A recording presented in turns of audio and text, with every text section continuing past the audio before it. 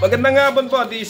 Ako po si Jeboy Bisaklat sa mga hindi po nakakilala sa akin dyan. Ako po ay kaibigan ni Kuya Larry Pilapil from Taguig City. At gusto ko lang pong ipagbigay alam sa inyo na ang kabutihang loob ni Kuya Larry Pilapil ay nakarating dito sa San Antonio, Zambales.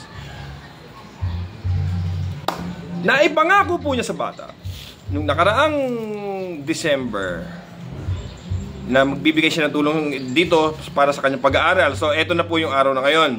Actually, na-send na ni Kuya Larry yan sa GCash ko nung nakarang araw pa. Kaya ngayon, andito na. Ngayon lang po na-cash out ang 3,000 para ibibigay niya doon kay Boy Talanga. Actually, yung bahay ni Boy Talanga, ayan, nandun lang sa likod namin. Ayan, yan. Kapit-bahay lang po namin siya. Kaya ngayon, ipakikita ko po sa inyo na iabot po natin sa nanay ni Boy Talanga itong halaga na pinadala ni Kuya Larry Pilapil from Taguig City dito sa San Antonio, Zambales. So, tara! Eto, hawak na natin yung cash, no? Sabi ko nga kanina, tara na dahil kapitbahay lang natin siya. So, eto yung halaga. Hawak na natin. Eto, ayun. Pasok na ako, ha? Oh. Eto si Flor. Yan. Ay, Kuya Larry. Hello, Kuya Larry. Ayun si Boy Talanga, si Alfred. Ito si Flor. So, good afternoon daw. So, eto na yung cash. Ibibigay ko na sa kanila. Katulad ng sinabi mo. So, yung halaga na yan ay mula sa puso ni Kuya Larry, ha, para sa pag-aaral mo, Fred. Thank you po. Malaking tulong po. Oh, yun.